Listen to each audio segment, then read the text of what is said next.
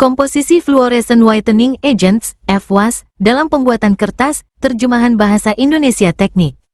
FWAS, molekul konjugasi yang berbeda dari pewarna langsung. Anggota kelas turunan diaminostilbena sulfonat ini merupakan molekul terkonjugasi tinggi yang memiliki struktur planar dan muatan anionik. Semua sifat ini juga berlaku untuk pewarna langsung. Namun, yang membuat kelas FWA ini berbeda dari pewarna langsung adalah kemampuannya menyerap sinar ultraviolet dan memancarkannya kembali dalam spektrum biru dari cahaya tampak. Istilah lain untuk FWA adalah Optical Brightening Agents, OBA. 3 jenis umum FWA. 3 jenis umum FWA tersedia secara luas. Jenis yang paling sering digunakan oleh pembuat kertas memiliki 4 gugus sulfonat, tetrasulfonat. Karakteristiknya, kelarutan air, sedang, retensi serat, tinggi, terutama jika terdapat tawas atau bahan kationik lainnya.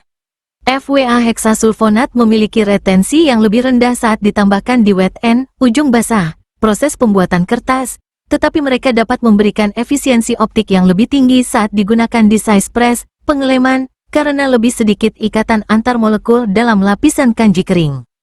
FWA disubstitusi terkadang digunakan untuk keperluan khusus, misalnya ketika diperlukan ketahanan luntur air yang tinggi.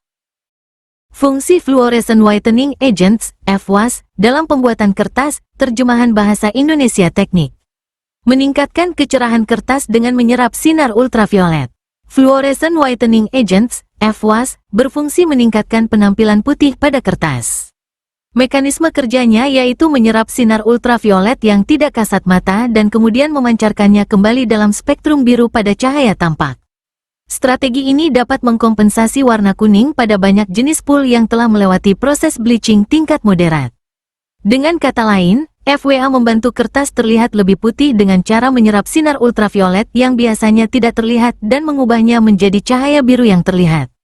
Cahaya biru ini kemudian bergabung dengan cahaya tampak yang dipantulkan oleh kertas, sehingga membuat kertas tampak lebih putih dan cerah.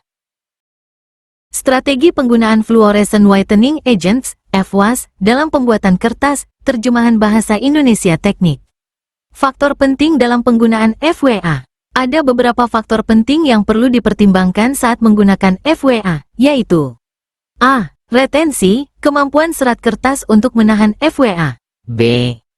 Quenching, penghancuran sifat fluoresensi molekul FWA. C. Kompetisi dengan penyerap UV lain, persaingan FWA dengan bahan lain dalam menyerap sinar ultraviolet. D. Metamerisme, perubahan warna objek tergantung pada jenis cahaya yang digunakan untuk melihatnya. Strategi penambahan dan retensi FWA. Strategi untuk menambahkan dan menahan FWA di wet end, ujung basah, mesin kertas sangat mirip dengan strategi yang digunakan untuk pewarna langsung. Misalnya, retensi FWA dapat ditingkatkan dengan penambahan tawas secara bertahap ke aliran pul, baik sebelum atau sesudah penambahan FWA.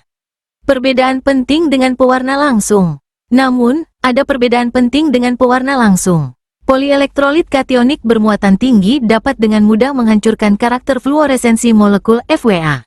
Efek ini disebut quenching. Efek ini lebih bermasalah dibandingkan kecenderungan polimer kationik tinggi untuk mengubah rona warna pada pewarna langsung tertentu.